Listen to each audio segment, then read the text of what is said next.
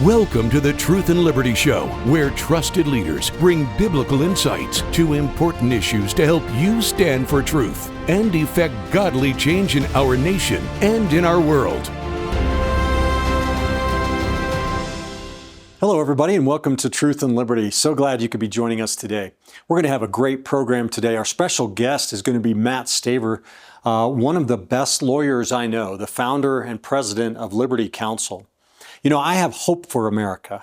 And one of the reasons I have hope for America is because of what I see happening in the courts of this nation. This year, this Supreme Court term began this year on October the 6th.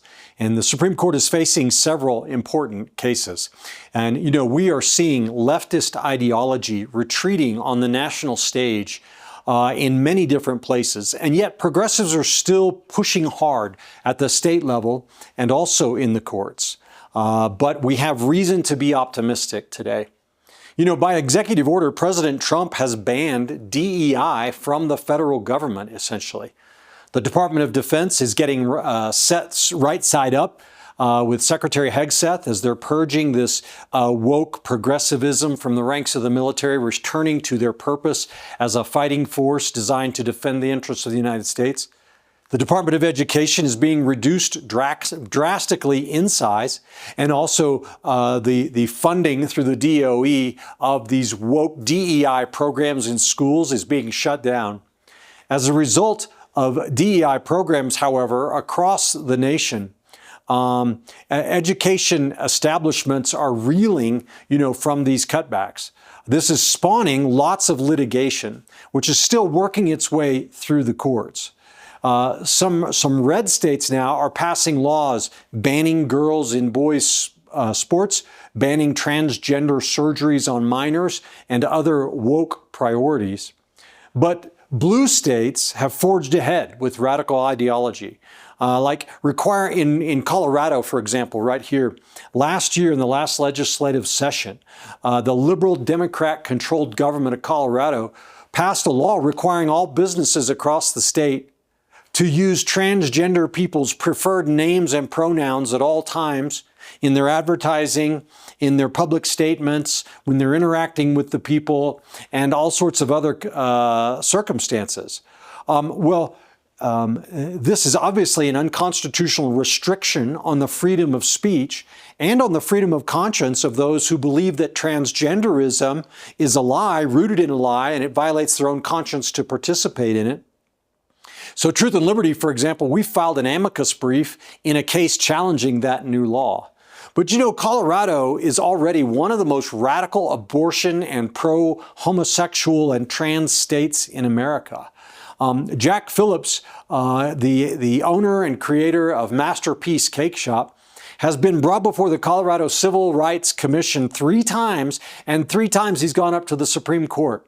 Why? Because he refuses to bake a wedding cake expressly celebrating a gay wedding, right? Because he knows that in good conscience, he cannot use the gifts and talents and abilities that God has given him to celebrate something which God says is an abomination. Well, the Civil Rights Commission was slapped down by the Supreme Court once, saying your hostility towards religious belief is impermissible. You have to redo the case. There's another case called 303 Creative that came up out of the Colorado Civil Rights Commission.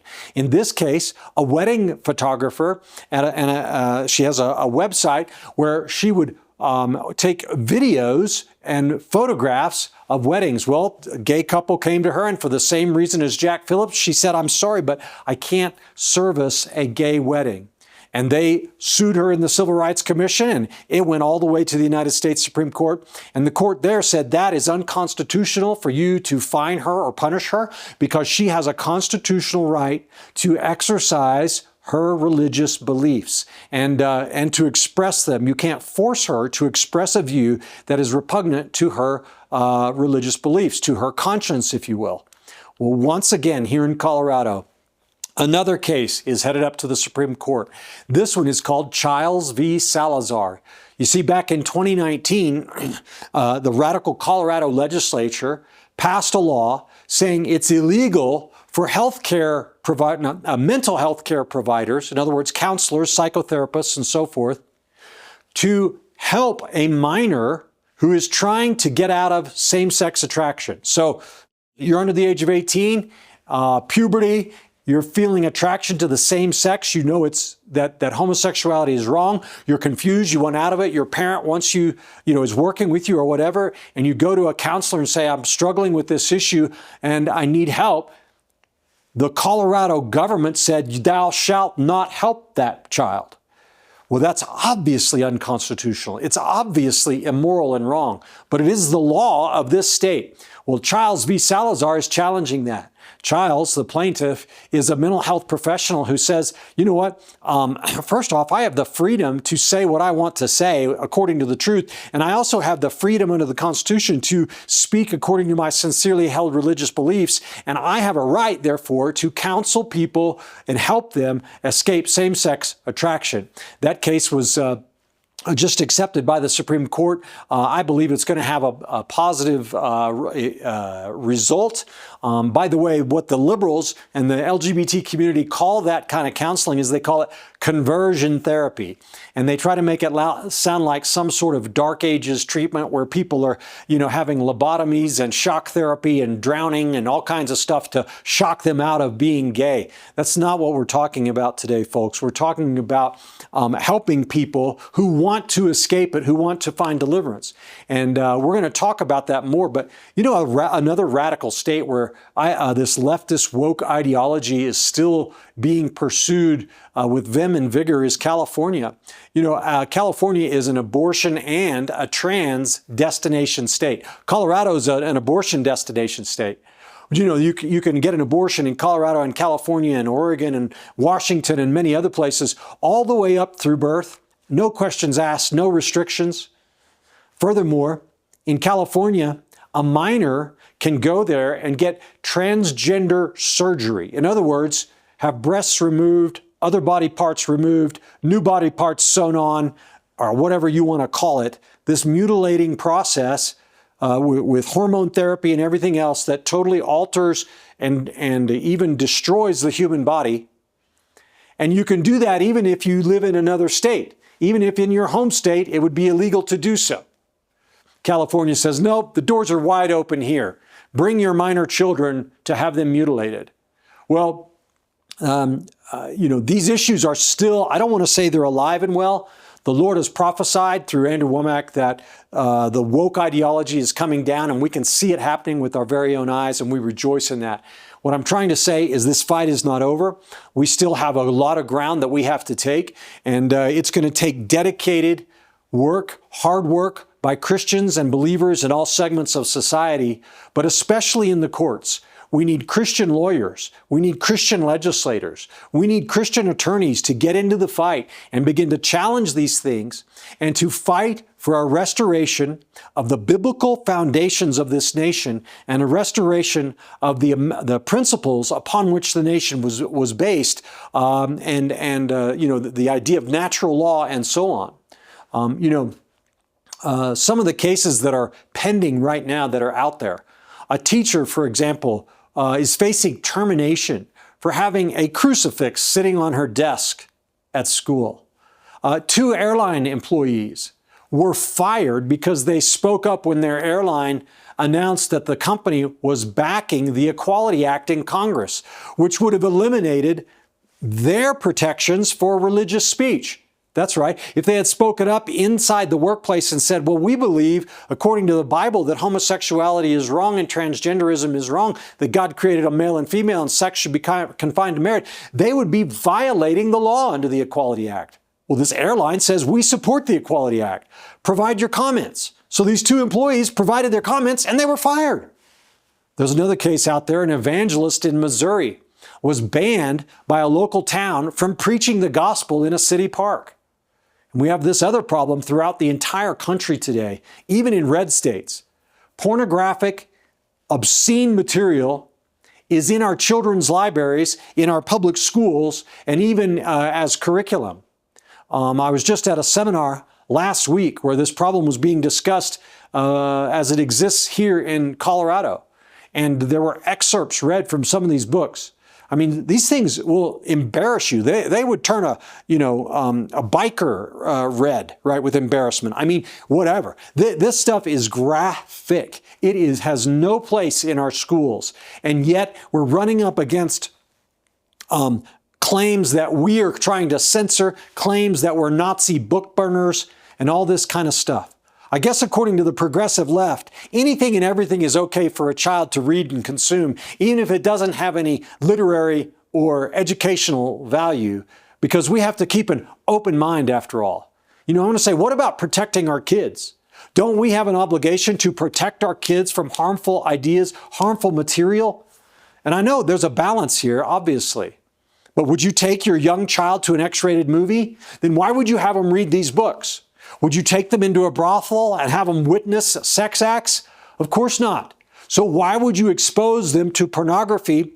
And many of these books contain sexual abuse accounts, graphic accounts of sexual abuse, of drug abuse, of rebellion against legal authority, of rebellion against parents, of horrible profanity, and all kinds of other things.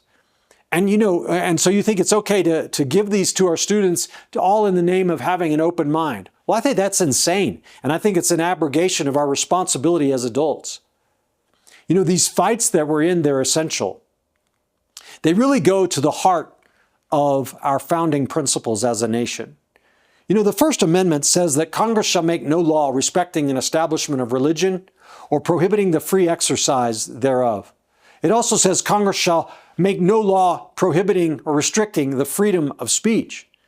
But the First Amendment was never intended to silence religious expression, religious speech, or Christian or religious participation in government.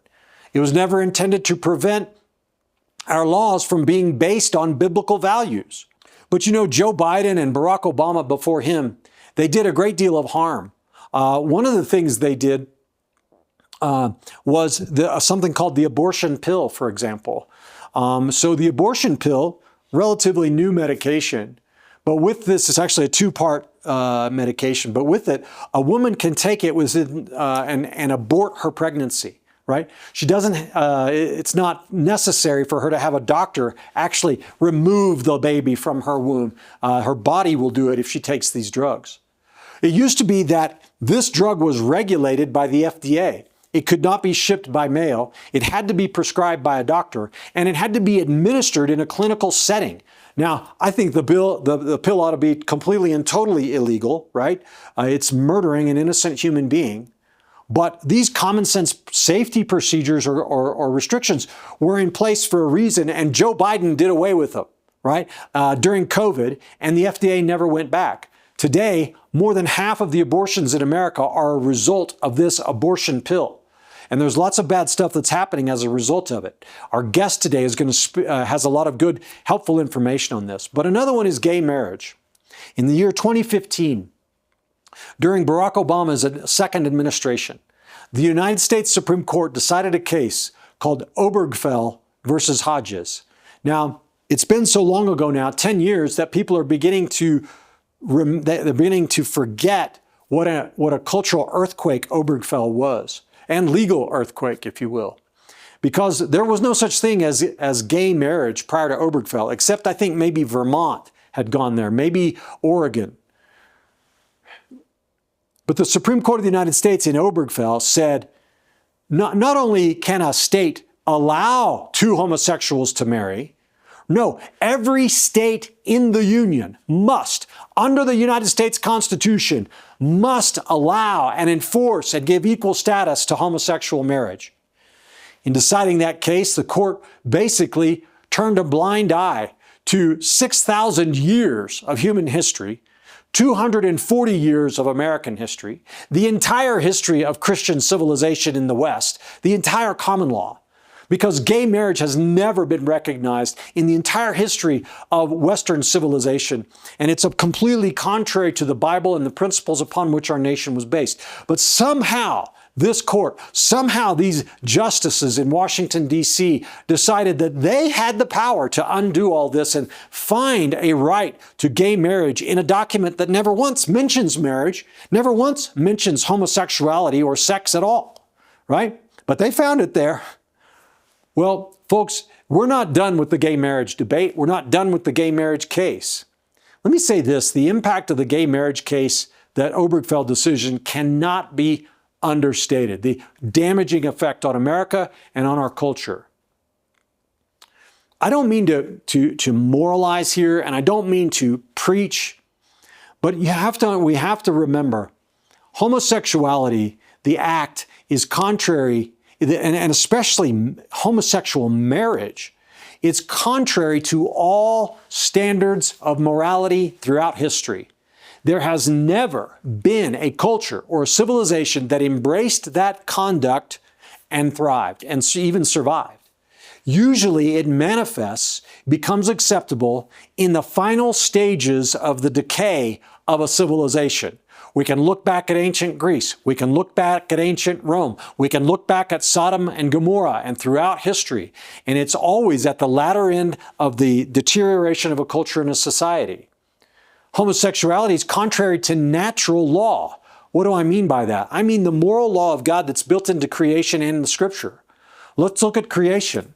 There are basically no animals that practice homosexuality, right? It can happen in occasional instances, but it is not a common thing, and it does not produce life. It does not reproduce the species, and it's an aberration at best. It is unnatural if you look at human biology, and I don't need to get graphic here, but it is using body parts for purposes that they are obviously not designed for, and God made us male and female from the beginning. The Scripture is very clear. A man shall leave his father and mother and cleave unto his wife. A man does not cleave unto his husband, and a wife does not cleave unto her wife. Okay? And in many scriptures, for example, like Leviticus chapter 18, verse 22, you shall not lie with a male as with a woman. It is an abomination. This is the New King James Version. Even if you look at the somewhat liberal paraphrased version, the New Living Translation, it says this: do not practice homosexuality. Having sex with another man as with a woman, it is a detestable sin. Am I saying this to condemn people today? I'm not saying it to condemn anyone. I'm saying this to say, as America, we must not, as the church in America, listen, brothers and sisters, we cannot allow this to stand. This has to be undone. We cannot rest until Obergefell is overturned and godly biblical marriage is reestablished as the norm, as the only standard that is acceptable in our culture for marriage. Leviticus 20, verse 13, if a man lies with a male as with a woman, both of them have committed an abomination, they shall surely be put to death. Oh, Richard, you're calling for homosexuals to be put to death. No, I'm not saying that today. This is in the law of Moses, but I'm illustrating the principle, the spiritual principle, that it is not acceptable to God, that it is an abomination, that it's contrary to the law of nature. Western civilization has never embraced it. Look at Sodom and Gomorrah. Look at Romans chapter 1. Romans chapter 1 says that as men become unthankful, they reject the knowledge of God. Men give themselves over, their bodies over, to be used with other men, and women with women to do those things which are unseemly. And then they become reprobate in their imaginations and so on. And so this is a very serious matter. Why am I going into all of this in today's monologue, where I'm talking about the courts? I'm talking about this because our next guest has a case that is uniquely positioned with the potential to achieve the overturn of Obergefell versus Hodges. So the case involves a woman by the name of Kim Davis. Kim was the county clerk or registrar in some official capacity in a small town in Kentucky. Before Obergefell, it was after Obergefell, two gay men came and requested a marriage license. Ms. Davis, being a Christian of strong, biblical foundations, recognized that she could not biblically participate in that and refused to give them a license. Well, they caused a stink and protested, and she was actually terminated from her position. These two gay men then sued her, even though they finally got their license and they got I suppose they got married. We'll have to ask our guest about this. But they sued her for civil damages.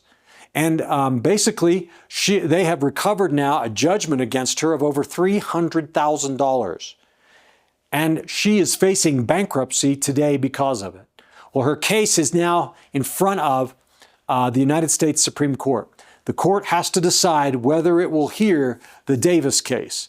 And we pray to God that they would take the case, because it has the potential to not only to affirm the freedom of religion, the rights of Christians in government to act according to their conscience, but it also has the potential to overturn Obergefell, right? For the court to say, that case upon which this marriage license was supposedly authorized was not rightly decided. Because just like Roe versus Wade, Obergefell has no basis in history, no basis in natural law, and no basis in the United States Constitution, right? As I said, the Constitution says nothing about sex or marriage. The regulation of marriage has always been left to the states. For the United States Supreme Court to step in and say that this document somehow requires all states to acknowledge gay marriage on an equal footing with traditional opposite-sex marriage is just a completely invented out of whole cloth. And we do believe that there are justices on the Supreme Court today that were not there during Obergefell that recognize this common sense and obvious fact. So, let me just go on with this topic for just a minute before we transition to our interview. Originally, the gay movement, the homosexual movement in America and in the West, they said they wanted tolerance. We just want you to tolerate us, to let us, do what we want in the privacy of our own lives, right? Sex is a private matter, and we just, this is who we are and what we are, and it's none of your business. Just don't discriminate against us or hate us. They called it homophobia. Do you remember that? And then they said, it's not really fair that married couples have advantages legally that we don't have. So we don't want marriage. No. We want civil unions. Just give us this piece of paper that says, we can have different rights like health insurance benefits and other stuff like this that married couples get. Okay, so all over the place, states and cities say, okay, civil unions, but it's not marriage. And then they start saying, wait a second, love is love. Equality is equality. We have a right to be married to the person we love. And so this movement for gay marriage begins. But even after Obergefell, it didn't stop. Now they want the right to marry multiple spouses simultaneously. They want the right to marry or have sex legally with children. They want the right to transition the bodies of children from male to the appearance of female and from female to the appearance of male by mutilating them and administering these mind and body altering medications. They want to obliterate parental rights in school, saying we can groom and teach and indoctrinate and eventually transition physically your child without your permission or knowledge. They want to bind up our freedom of speech and religion by saying, you have to call me a male even if I know you're a female. You have to marry me even if it's against your sincerely held religious beliefs and participate in my religion. We have a right to give the children and the power to give the children of this nation access to horribly damaging pornography in our schools and libraries, and you can't call it bad. That's not allowed, you prude, you close-minded, right-wing Christian nationalist. They have unbelievable displays in public. There was a parade last year, I think it was, or maybe earlier this year, where a gay pride parade where people were literally walking and riding bicycles through the street of our country naked in front of children. These obscene halftime shows and Hollywood award ceremonies where they worship the devil and do all sorts of other stuff in provocative, obscene manner. And guys, this is not going to stop. It's not going to stop the degradation of our culture and society, the erosion of family, the erosion of our civil liberties. This LGBT movement is satanic. It is from hell, and it will not end until the gospel itself is eliminated from our society. The church must fight. We must fight now.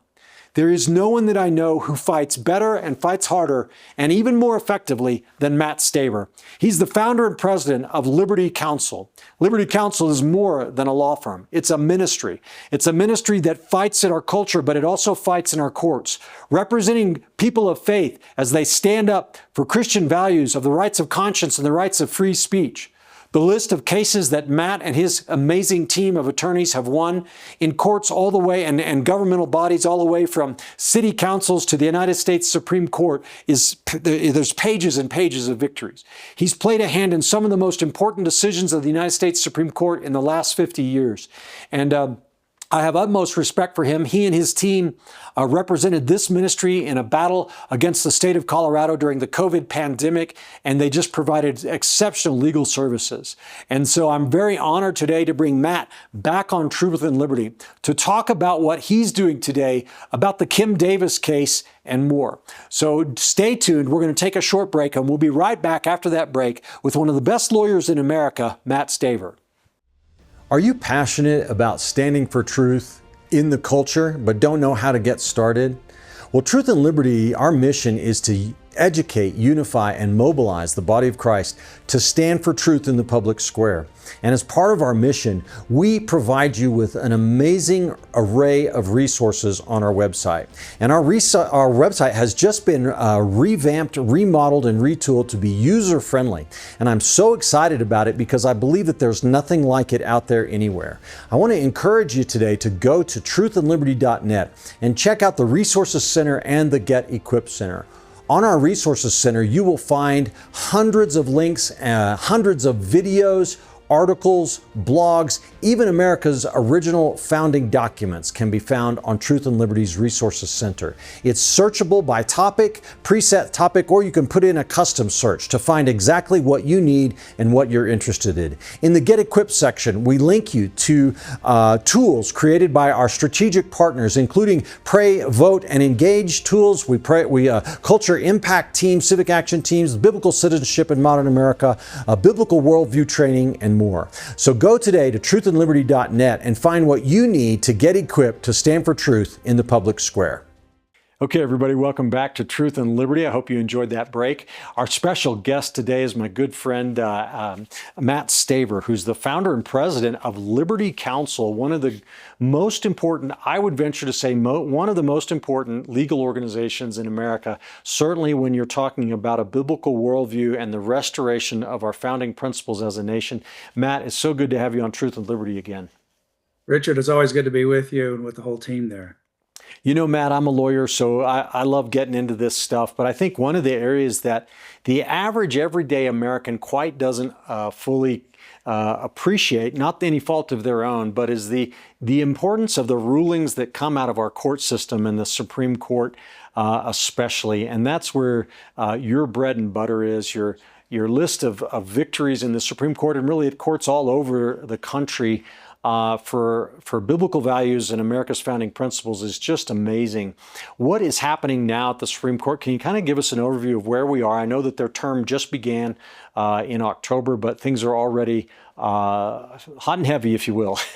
Lots of Well, they are. In fact, one of the cases that was just argued was involving counseling by Christian counselors to clients that want to overcome unwanted same-sex attractions, behaviors, and gender confusion. That's out of your state in Colorado. Mm-hmm. And the court there went the wrong way and upheld that law. Yeah, we began the litigation at Liberty Counsel in 2012. The first law that was actually passed was out of California, and it was by then Senator Lieu, who was in the state legislature. And it was a radical attempt to politicize the LGBTQ agenda and silence counselors from helping clients who wanted to overcome unwanted, and I want to emphasize that unwanted, people that came to a counselor voluntarily, they have these unwanted desires, same-sex attractions perhaps. They're engaging in unwanted same-sex behaviors. They want to change their behavior, or they're having gender confusion. They want to get help. They want to align their values with their situation, and they want to overcome these urges, these confused states.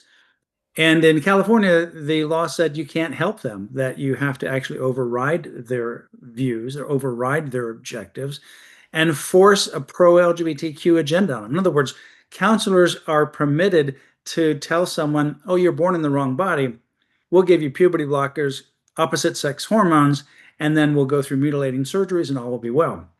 But a counselor would not be able to help that client walk through these confused situations and states of mind and overcome that confusion and become comfortable with their birth sex. So we lost that case at the Ninth Circuit, unfortunately. The Supreme Court did not take the case.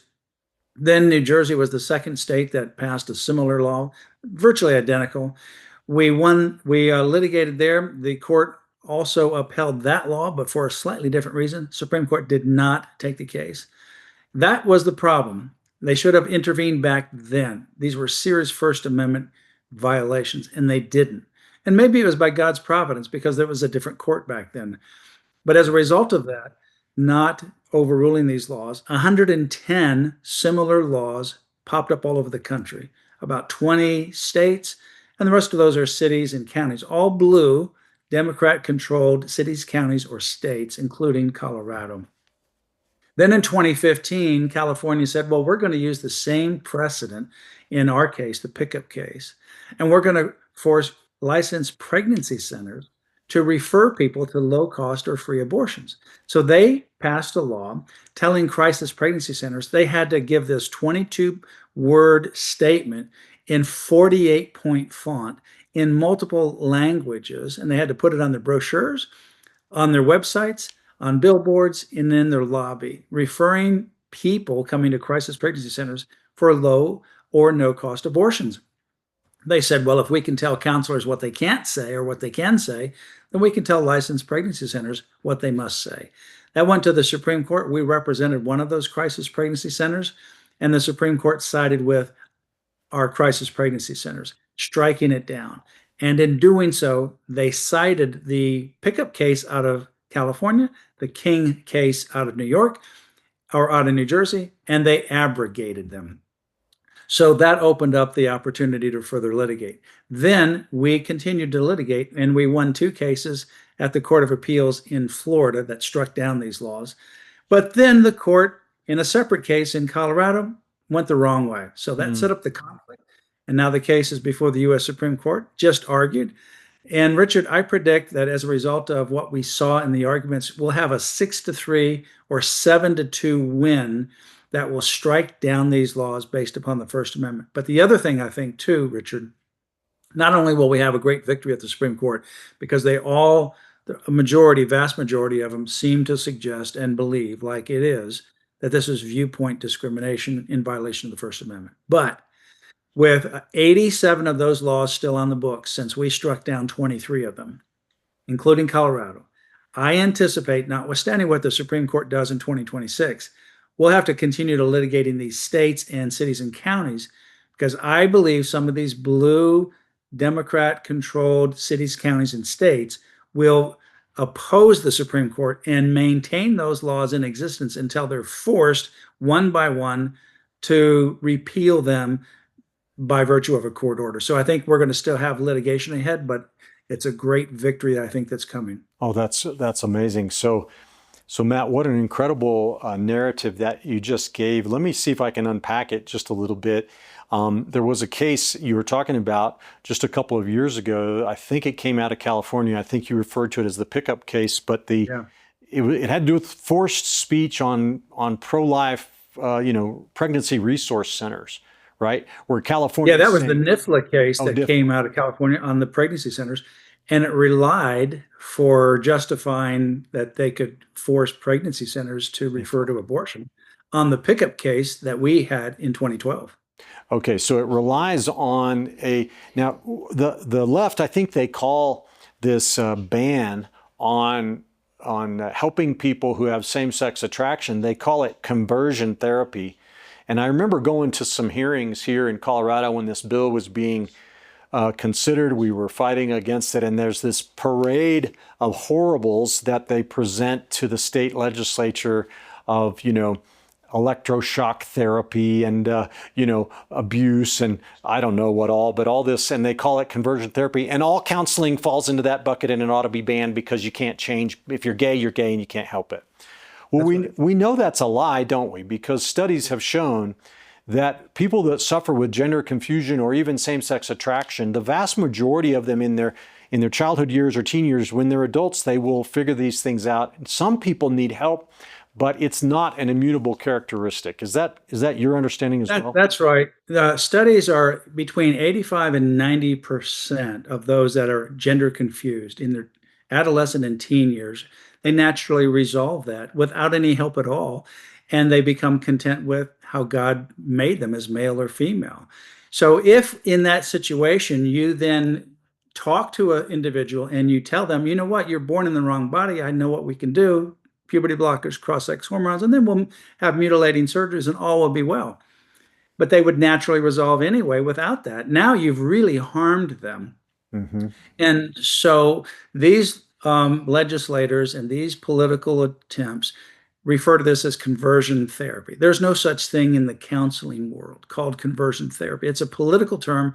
You only see it used in the attempt to pass these particular restrictions. And they try to make it sound like, oh, you're trying to convert somebody.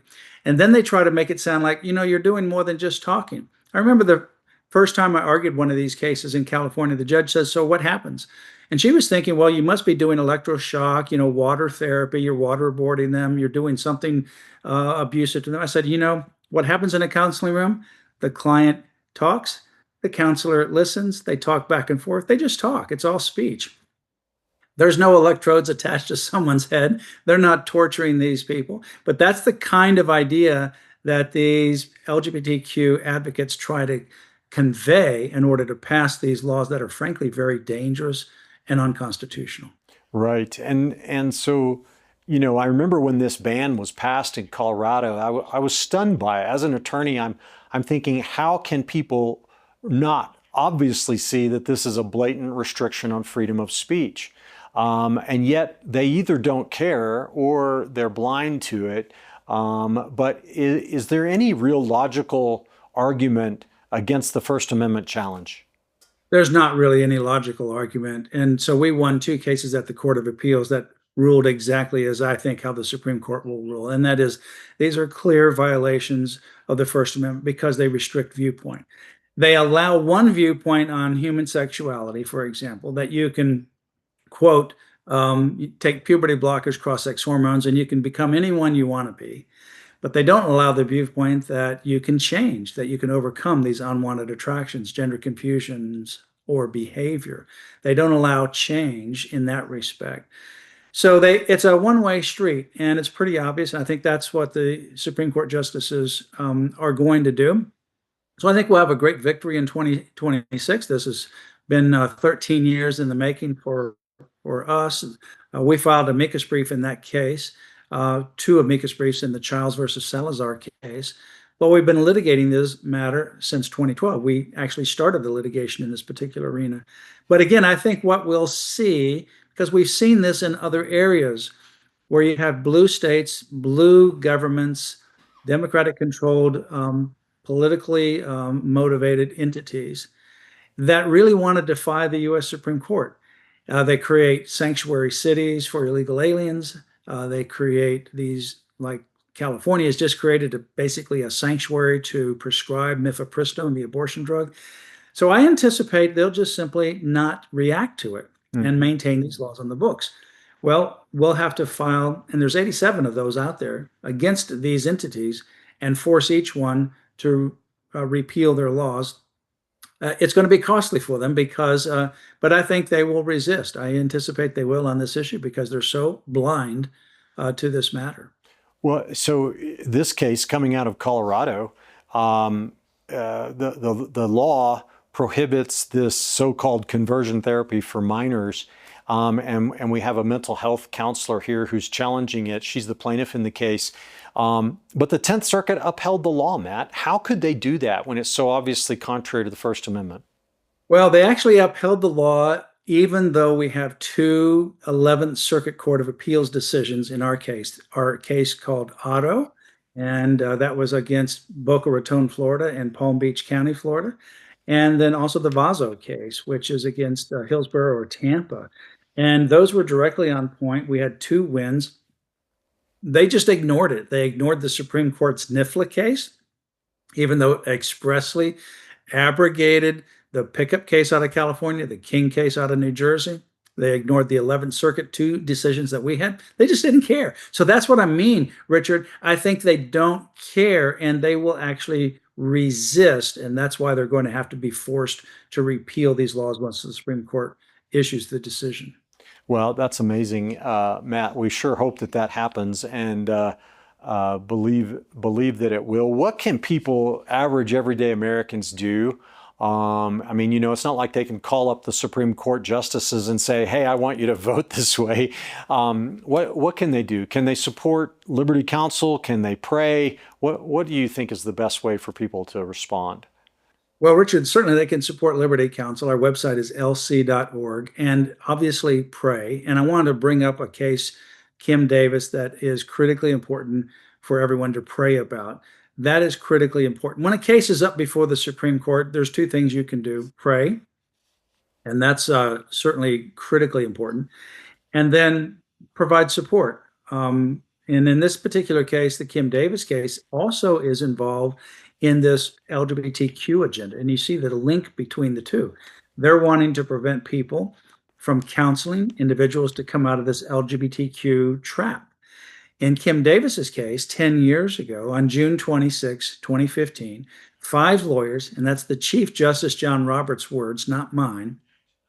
That was what he said in the dissent. 5 lawyers imposed their own will, not a legal judgment, and their opinion had nothing to do with the Constitution.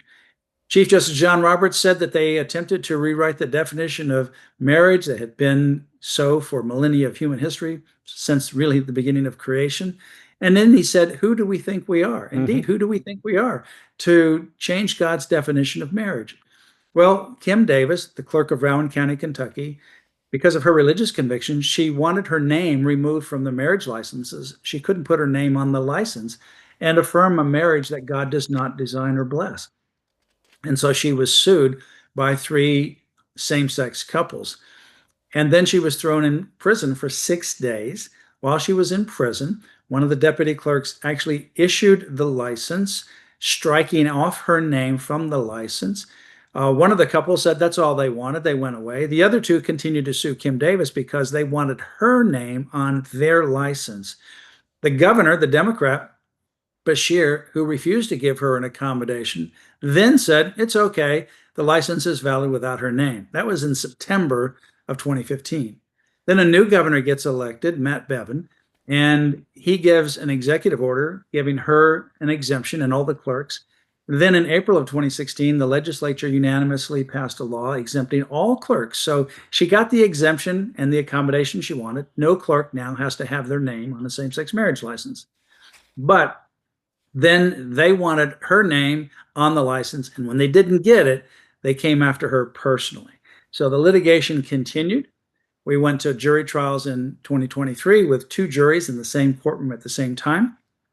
One jury came back, no verdict for damages, and the other came back, the David Ermold, David Moore same-sex couple, and they gave him $100,000. The same judge who threw her in prison for 6 days then tacked on attorney's fees. So now she has a judgment against her personally for $360,000 and counting.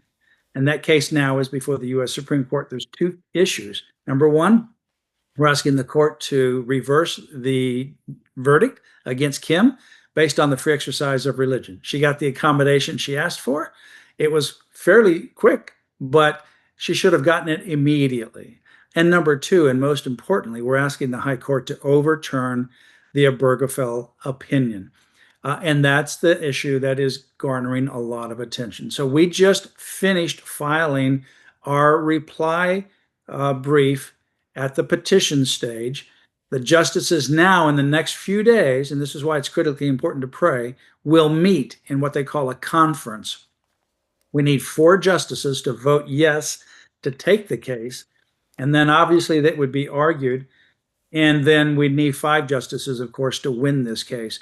And this is critically important because, Richard, somebody says, well, same-sex marriage has been around for 10 years. What's the big deal? Well, here's the issue. From a policy standpoint, the Kim Davis case is taking on one of the most significant opinions and the most destructive opinions the Supreme Court has ever done, other than Roe versus Wade, the abortion opinion. Because what Obergefell stands for is that gender doesn't matter in a gender-based relationship. Obviously, marriage between a man and woman has been from the dawn of creation. Male and female are complementary, opposite and complementary. And they are designed to come together to procreate another human being in the very image of God. That's a gender-based relationship. And when the Supreme Court says, no, gender doesn't matter in this gender-based relationship. Well, if it doesn't matter here, then it doesn't matter when a man wants to compete in a woman's sports or enter the private spaces of women, or you want to have your 100 and plus, different pronouns. What this essentially says is God makes mistakes. He puts people in the wrong bodies. And instead of we being created in his image, male and female in his image, we can recreate ourselves in our own image, and we can even change ourselves as we recreate ourselves through time. This case, Obergefell, is very destructive. It's at the very foundation and root of the LGBTQ agenda, the ban on counseling. It's at the root of what happened against Charlie Kirk. He was assassinated while he was addressing the issue of the trans murder issues, and that's when he was taken out by a trans individual. It's at the very core of all of this because this is open rebellion against God, and when you speak truth into it, there's a violent reaction to that truth. So that's why this case is so critically important. Yeah, wow, powerful. I want to cut that and broadcast it all over the place, Matt. That's phenomenal. I'm seeing another issue too as well, if I can ask for your comment on this. Roe versus Wade was finally overturned after 50 years in the Dobbs versus Mississippi case, and the Supreme Court said, there really wasn't any foundation for Roe versus Wade in the Constitution. It doesn't talk about abortion. Abortion is historically regulated by the states. This is not a federal issue. And furthermore, there's no indication that it's a fundamental human right that's guaranteed by the Constitution. Isn't that same judicial philosophy applicable here? Isn't Obergefell the same kind of unhinged, unrooted sort of liberal progressive activism that treats the Constitution as a blank slate instead of as a document that binds us? Yeah, exactly. In fact, Gorsuch, during his concurring opinion in the Dobbs case overruling the abortion decisions of Roe and Casey, said, if it's not in the Constitution, which abortion is not, the court ought to remain neutral. And certainly having a so-called right to an abortion is nowhere in the Constitution. And in fact, for most of our history, in fact, before Roe versus Wade was decided, abortion was illegal. It was banned. And then the Supreme Court issued this opinion in 1973 and went completely the opposite way. In fact, they traced this through history, not only in Greek and Roman history, but in the early European history, in the colonial history, and then when we had statutes and laws on the books. It had been banned, and then they went the other way. So it has no foundation in the Constitution. And that's the same way with same-sex marriage. Throughout our history, through millennia of human history, there's not been same-sex marriage, even before the United States, through Greece and Rome, all the previous nations before them, through the European countries, in the colonial period, in our founding of this country, up until the Supreme Court issued this opinion. And so it's the same thing. It has no basis in the Constitution. It's not rooted in our history. It's not critical to our foundation. In fact, not only has same-sex marriage been banned, not even thought about, but even homosexuality or homosexual practices have historically also been banned as well, until the Supreme Court made a decision later in the Romer case. So, what you have here is the same thing with regards to abortion. This is a bad decision from the Supreme Court. It needs to be rectified. And not only that, as a policy matter, it sends a terrible message that gender doesn't matter in a gender-based relationship. And if it doesn't matter in marriage, which it's obvious, then how can we argue it matters anyplace else? Yeah. Obviously, it does matter in marriage, critically important in marriage, because God created us in his image, male and female. Absolutely. And, judges act like, there's this doctrine that has invaded and pervaded American jurisprudence now since, I don't know, Matt, the 1940s, but the idea that the Constitution is a living document and that it needs to change with the times. And guess who gets to decide what that change is? Well, it's these unelected judges.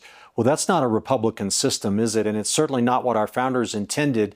We're founded on something called natural law, and that our rights come from God. And Obergefell and Roe before it both seem to be 100% contrary to those founding principles. Do you agree with that?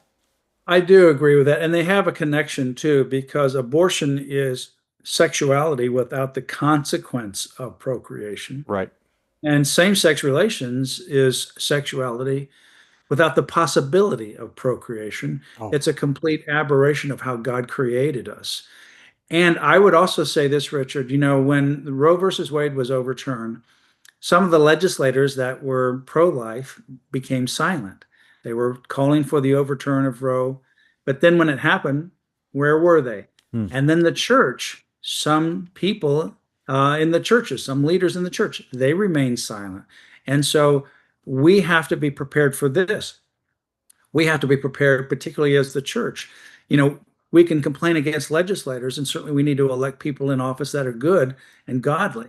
But the church, the pulpits need to be speaking specifically about the importance of marriage. Yes. It is not just simply two people coming together of opposite sex versus same sex or same sex. It's not the same thing. There are spiritual consequences to redefining God's definition of marriage. Absolutely. And yeah, the church needs to address these issues. There's things that, Matt, as created beings, I think Blackstone would say this, we're not free to decide, right? God has established these things, and it's our responsibility to discover and comply with his laws, not to try to reinvent them. Well, there are consequences to violating, physical laws of nature, like gravity and other things. Those are obvious. But there's also consequences to violating the moral laws of nature that God created into the natural created order. And what he created into the natural created order is he created us male and female. We're not 100 different genders. You can't change your DNA. He created us either male or female. It's a beautiful creation that God created perfectly. And this actually takes God's creation and says, you made a mistake, God. Mm-hmm. We're going to change it. We're going to create it in our own image. And in fact, what this does is it allows someone to say, I was born in the wrong body. Gender doesn't matter, so gender is just a product of my mind. There is no objective reality of male and female. There is no objective reason for marriage as the union of one man and one woman. Therefore, I'll just simply create my own world into my own existence. It's open rebellion against God. From a spiritual, biblical standpoint, this is critically important. And I would encourage pastors, church leaders, every one of us to really delve into why this is so critically important. Why is it when we talk about these things, for example, when we say marriage is the union of a man and a woman, or where there's only two sexes, male and female, why do you have this violent reaction that comes against people, say like Charlie Kirk, or in our case, or anyone else's cases that speaks on this? You get death threats. We have gotten a lot of death threats over this very issue. And the more the Kim Davis case is in the media, the more death threats we get. Why is that happening?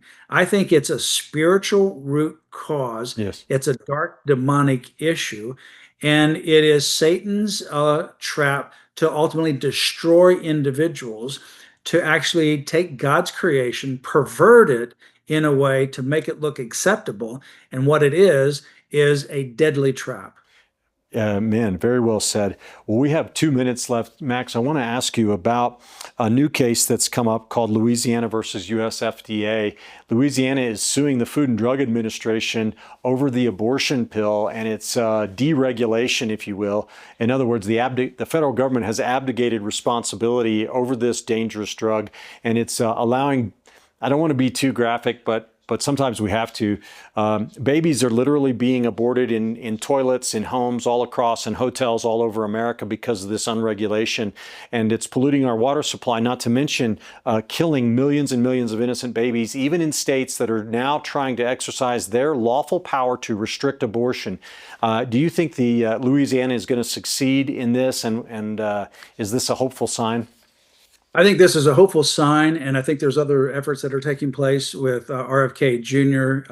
And the Secretary of HHS and also the FDA. They are reevaluating the mifepristone abortion pill. We have been working with his office and also other members and agencies in Washington, D.C. We have a website actually called abortioninourwater.org, abortioninourwater.org, on the very issue, Richard, that you're talking about, that this mifepristone with its long-lasting metabolites is going into the water system because the abortions are taking place in the homes or hotels over the restroom, over the commode. And these chemicals go into the water supply system. They're not filtered out. And also, what else is going in the water supply system? Aborted human remains. They were never designed to filter this kind of system and human remains from the water system. So this is a very serious issue. We need to stop mifepristone. We need to stop it from going across state lines. We need to stop it from going into our water supply. Absolutely. Matt, real quick, how can people connect with you and support the work that you're doing? Richard, they can go to Liberty Counsel's website, lc.org. Just very simple, 2 letters, lc.org. Lots of information there. You can sign up for our emails, newsletters, and a lot of other information. If you need legal help, there's a form there, lc.org. I encourage everybody to sign up for Matt's emails. I get them in my inbox every day. Super informative, super helpful. You won't get that kind of analysis anywhere else. So be sure to do that at lc.org. And wanted to remind everybody about our free gift today, Spirit, Soul, and Body, this booklet by Andrew Womack, which is a condensed version of his book by the same name that's foundational to all of his teaching in Revelation. And encourage you to get this by going to truthandlibертygtn.com. Share your email with us and we'll send it to you for free today. Matt, thank you for joining us. It's been a pleasure as always. Thank you, Richard. Always good to be with you.